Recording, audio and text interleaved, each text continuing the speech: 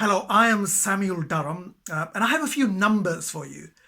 Every month, there are over 1.9 billion users on YouTube, and there are over 23 million channels.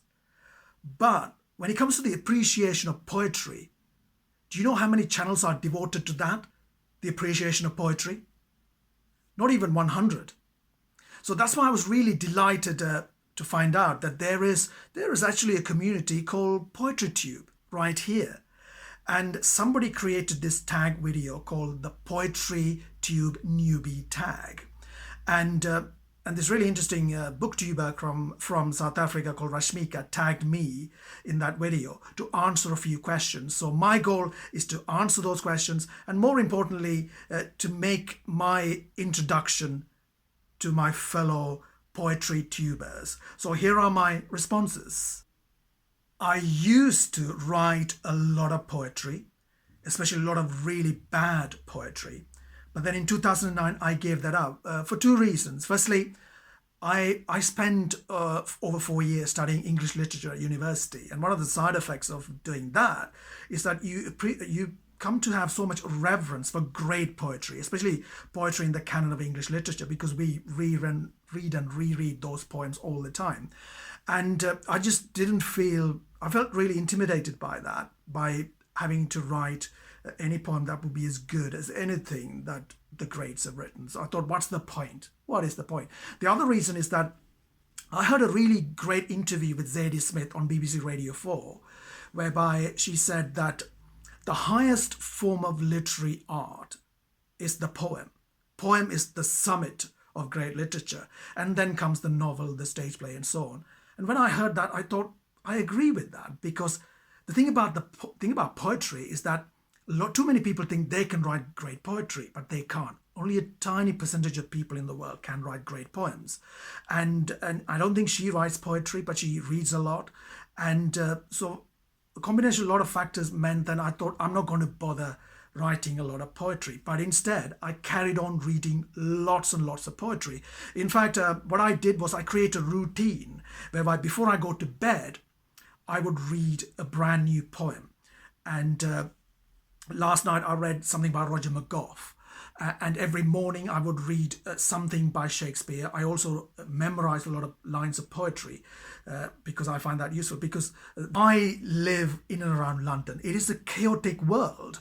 D.H. Lawrence described how chaotic it was over 100 years ago.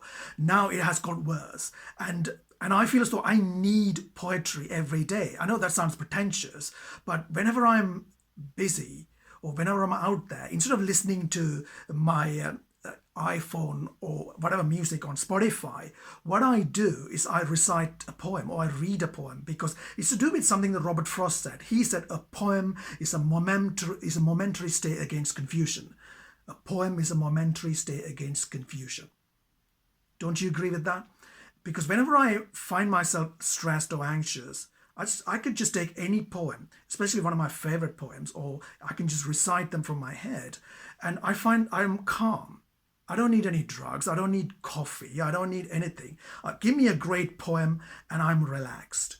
And so that's one of the reasons for over 10 years, I read a lot of poetry. I also memorize great chunks from Shakespeare and from other parts of the canon of English literature, because I find that it is therapeutic. A great poem has a medicinal value. I know all of this sounds really pompous and pretentious, but if you really love poetry, I think you'll know what I mean. So this is why I need poetry. I want poetry, and every day I consume a lot of it. And interestingly, the more I consume, the more I realize, as I did at university, that I could never write any of the great poems of the last 20 years by any great poets like Anne Carson or anyone else. So that's the other reason. But I read a lot. I don't write anymore. Who's my favorite poet? Well, as the commissioned playwright, I idolize Shakespeare. I worship Shakespeare.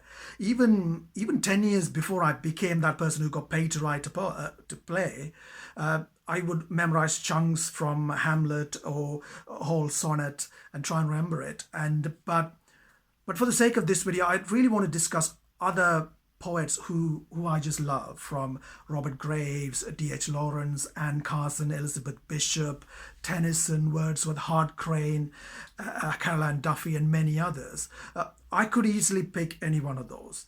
But there is one poet who means so much to me emotionally. Every time I'm feeling doubtful or anxious or melancholic, this is a poet who somehow makes me feel as though he's been there, right? And that one is Philip Larkin. Larkin means everything to me. Some of you might think this is a bit sad. My sister used to tell me, "Are you still reading Philip Larkin?" And I used to read Philip Larkin every day a long time ago. I don't do that anymore because I know too many of those by heart.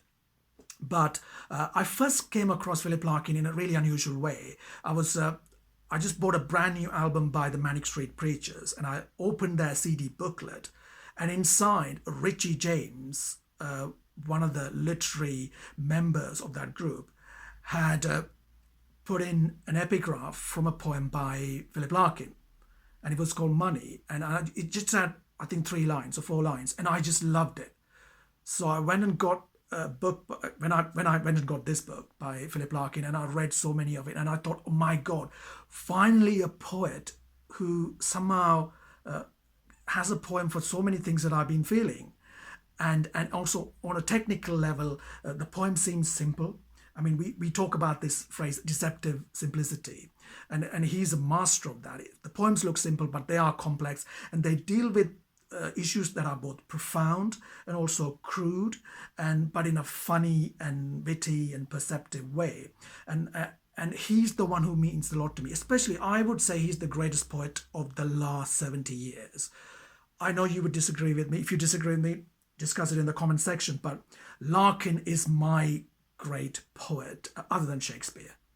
I have too many questions to ask Philip Larkin, the ghost of Philip Larkin, but the first one has to be, Mr. Larkin, why did it take you over 12 months to write one poem? He was never prolific. He took a long time to write a poem, and he's the opposite of someone like John Ashbery, who could write one poem before lunchtime and go out and have fun.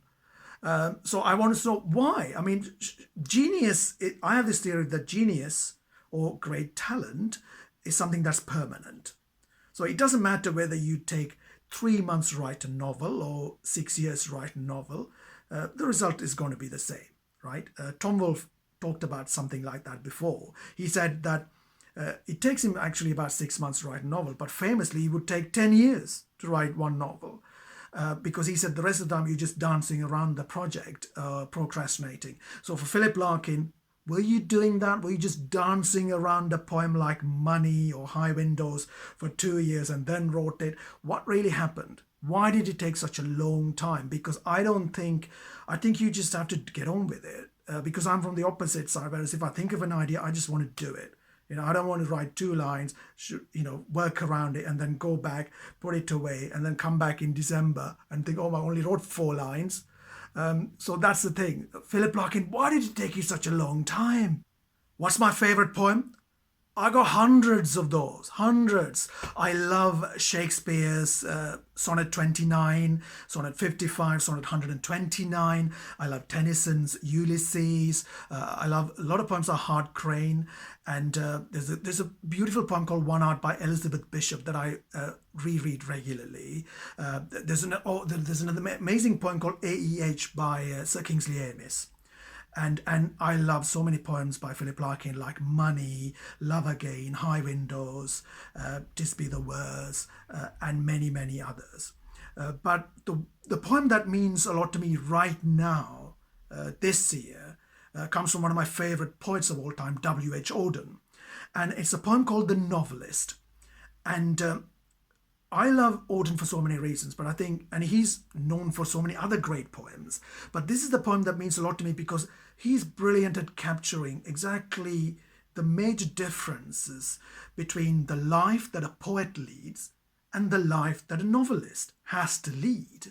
And not many people get that. Auden gets it. And I think if you are an aspiring novelist or if you're an established novelist, and you don't know this poem, I suggest you read it, because you will, if you're really immersed in the apprenticeship of becoming a novelist, or if you're already a famous novelist established, you'll know what Auden means, right? The Novelist by W. Favorite poem to read aloud is got to be Auden's The Novelist. I know this by heart. Encased in talent like a uniform, the rank of every poet is well known. They can amaze us like a thunderstorm, or die so young, or live for years alone. They can dash forward like hussars, but he must struggle out of his boyish gift and learn how to be plain and awkward, how to be one after whom none think it worth to turn. For to achieve his lightest wish, he must become the whole of boredom, subject to vulgar complaints like love, among the just be just, among the filthy, filthy too. And in his own weak person, if he can, dully put up with all the wrongs of man. The Novelist by W.H. Auden. I love that last line. Who would be on my Mount Rushmore of poetry? This is a fun question. First one has to be Shakespeare, of course. At the risk of sounding pretentious, pompous, and self-delusional, I think of Shakespeare as one of my gods. He's my therapist, he's my coach, he's my mentor, he's a great hero. I don't want to know some people saying, oh, Shakespeare didn't write all the plays. I don't want to hear that.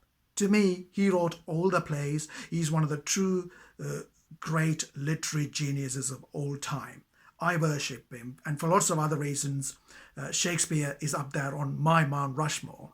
The second one, again, is for really personal reasons. It's Philip Larkin. I am going to do a separate video on Larkin just to explain a lot of things and to also bring in people who are not into him. And he means, as I said to people, Larkin means a lot to me. So he's going to be there. I will fight with you to make sure he's on Mount Rushmore. But the third one has to be Caroline Duffy. I started to read Caroline Duffy at university. And I did a really good course where she was taught really well. And I'm glad I discovered in that academic environment, because Caroline Duffy, it can be really challenging, but also inspiring and rewarding as well. One expects a certain level of erudition to really appreciate some of the poems, but at the same time, she can inspire you to write your own poems. I know many of the people, most of them girls, who studied with me, wrote a lot of great poetry because of Caroline Duffy's influence. And one person even ended up taking another course where Caroline Duffy was teaching, right? So that's the type of impact Duffy has had on a whole new generation of literary scholars in England and all around the world. And she's also important for political reasons, especially in England. And I love her for so many reasons, and I read a lot of it. The amazing thing about her poems is that they are accessible despite being erudite, and they're also perceptive. And more importantly, some of those poems can be really amusing. For example, there's a poem called Mrs. Darwin in this collection, The World's Wife. It's a short poem, and every time I read it, I have to smile. And not many poets can do that. So she's a protean talent. And I think if you haven't read Caroline Duffy, I suggest you read it. She has to be on the Mount Rushmore of poetry. But the other person that I have to pick, and I probably have to fight to get this poet on there, is, of course, Eminem. Now, there are too many people, especially in England, who are culturally elitist. So they're not going to say, oh, a rapper? You're going to put a rapper on Mount Rushmore? More importantly, you're thinking of a rapper as a great poet? Really? But the thing is, yeah, I would make a strong argument. Seamus Heaney, one of the greatest poets of the last 50 years, just before he died, he was on BBC Radio 4, and he gave an interview, and he was asked, who are the greatest poets that you respect right now? And he said something, I am paraphrasing, and he said something like, I think Eminem and 50 Cent, these are two of the most interesting poets of our time. And he even said these two guys could be the Coleridge and Wordsworth of the 21st century. And I thought, wow, at last. I've been listening to Eminem since 1998. So 21 years of listening to his studio albums and other stuff. And on paper, if you look at his lyrics, they are works of art. right? I would argue they are works about every single song that he's written, right? His quality control is amazingly high. He's also prolific, and despite having so many difficulties, personal difficulties, his work rate has been amazing. So he's inspiring on so many different levels. He's the opposite of Larkin in some way. So even if he's feeling terrible, he will somehow get the work out there. And more importantly, he inspires me. I'm not sure whether Whitman, I'm not sure whether Eminem had read some of the greatest thinkers and poets in American literature like Whitman or Emerson, but some of his songs, like Lose Yourself, do have that Amazonian quality of wanting to make yourself into something great, complete self-reliance. You can do this. And I find that really inspiring. And I am picking Eminem, but there are so many other great rappers who are equally great at writing lyrics that have the power of a great poem. For example, Kendrick Lamar, Drake, Nicki Minaj, Cardi B, and Jay-Z when he's putting stuff out there, and Kanye West. Regardless of what you say, he can do it. And there are many others, right? So I'm picking Eminem because he's the one that I listen to. I've been listening to since 1998. I grew up with him. A lot of his album became soundtrack for different phases of my life. And to me, he's a great artist. I mean, sometimes I have in the past, when I haven't made that important breakthrough as a playwright, I used to listen to Lose Yourself, that great song from 8 Mile, which goes, success is my only mother effing option. Failure is not. Mama, I love you, but this trailer's got to go. I cannot grow old in Salem's lot.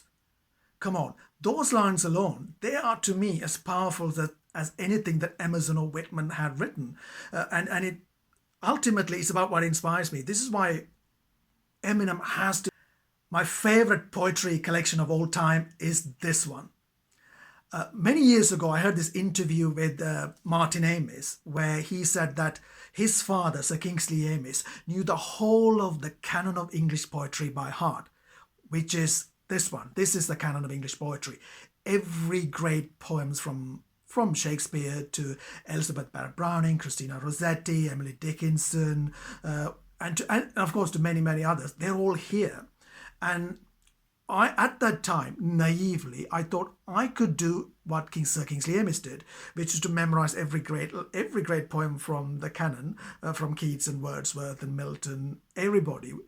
And I tried to do that. I couldn't. I do know. Now, one positive thing is I managed to memorize a lot of Blake and some Yeats by heart, but it's hard to memorize all of it. I wonder how many people of our generation, the Google generation, the YouTube generation, would have the time and the dedication to memorize lots of great lines of poems from the canon of English poetry. If you're one of those people, let me know by writing in the comment section or contacting me, because we should do a video together. You are a freak talent, right? But I don't know how many people do that. I try and do it, but I don't think I can ever be as great as Sir Kingsley Amis when it comes to memorizing poetry. But the good thing about this collection is that I try and read a new poem every day from different collections. And this is my #1 collection. And I'm still discovering new poems thanks to this. And, and poetry still matters. Even in the age of Samuel Johnson, not that many people who are reading poetry, but the few who are reading it, they were reading it deeply. And I read poetry because it's a way, as I said, it's a way to calm myself. It's also a way of conditioning or toning or conditioning my own monologues in my head. I hate cliches and tautologies and platitudes, just like Martin Amis in his book, War Against Leisure. He's talked about it. So, and I think one of the ways to do that is to read a lot of great poetry. I wonder if you do that as well. Rhyming. Well, when I used to write poetry, rhyming is one of those things that I found challenging, especially because I'm one of those people who likes to have a high rate of productivity. And, unlike Larkin, Larkin was good because he took over 12 months to write a poem. I couldn't do that. I was more like John Ashbery. I wanted to write a poem, at least one poem per day. So if you're one of those people as a poet, and I think rhyming is important, but at the same time, it's difficult to achieve. it's difficult to achieve, but when it's done well, it's brilliant. But at the same time, as a reader, rhyming is not that important to me. There are so many other things that are more important. When it's done well, it's great. I mean, one of the poets that I love in England is Tony Harrison, and he's good at rhyming, but at the same time, it's not that important. Some of his best poems don't really rhyme that well, but they are amazing. So I don't think it's an important quality. I think one of the signifiers of somebody who's just starting out as a poet, as an apprentice poet, is that they spend too much time trying to rhyme everything and neglect so many other techniques that are there. So that's why I don't think it's that important. But when it's done well, of course, it's great. I mean, if you just listen to any song by Eminem, he's naturally gifted in coming up with rhymes, just like that. You can see a lot of videos when he's freestyling, and they just rhyme, amazing. But not all of us are gifted like that. And rhyming it's just a freakish gift, like comedy. And you either have it or you don't. If you don't have it, it takes a long time to get the lines to rhyme. But I appreciate it. My favorite poetic form is the sonnet, and it's mainly because of Shakespeare. I know a lot of those poems by heart. I studied a lot of them, and it is the most challenging form to master. And I think most people neglect that. It also has the power of a great pop song. The great pop song is that it gets into your head and it doesn't leave. For example, Sonnet 55, Sonnet 29, they're in my head, right? And it's very difficult to achieve. And also the sonnet is unpretentious. Even a beginner can try and do it. But only the truly great, the truly gifted poets can really do it well. I don't think there are many poets of the moment who can do it really well. Humour in poetry, it's difficult. Really difficult to achieve. Woody Allen said in a great interview in the 1970s that you can find it on YouTube. He said that getting a reader to laugh on the page is one of the rarest talents. Not many people have it in the world. Woody Allen, of course, have it. If you read some of his earlier books, non-fiction collections from the 1960s and 70s, they are funny on the page. But he's right. It's very hard to make somebody laugh on the page. I read the screenplay for Bridesmaids and The Hangover before I watched the movie, and on the page they were not funny at all, and then I watched the movie, they were hilarious. It's the same with poetry. When you read, I don't find many poems funny, right? Maybe in performance. I mean, sometimes Benjamin Zephaniah, one of the most interesting poets in England over the last 30 years, he can be funny on the stage, but when on the page, even he's not funny. Right?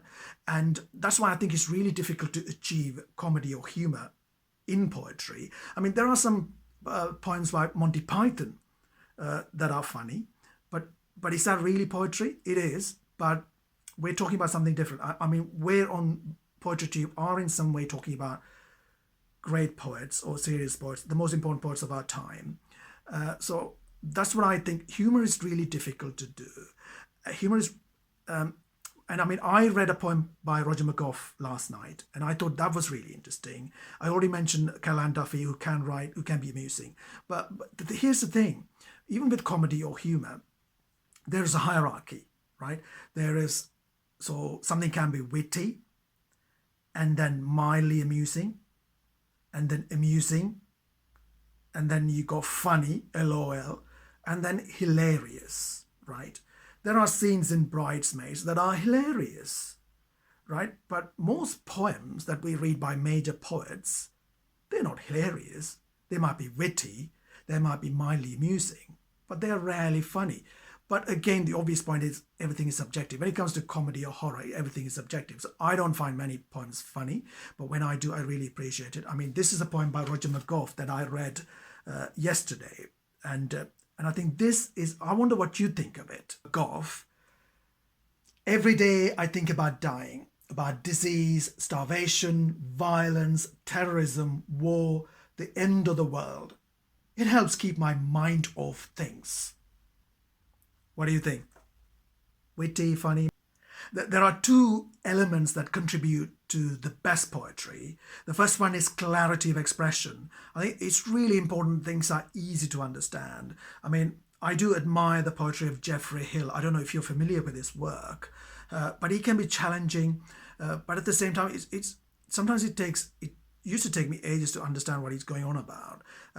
And I think this is why I think sometimes clarity, really important, because then you can pass them then you can deal with a lot of themes and complex themes and ideas easily. The goal has to be one of egalitarianism. Even that word seems elitist, but the goal is to try and include as many people as you can, is to increase your readership. And you can achieve that by clarity, and not by, but you can be erudite but still be clear. I mean, as Caroline Duffy has shown.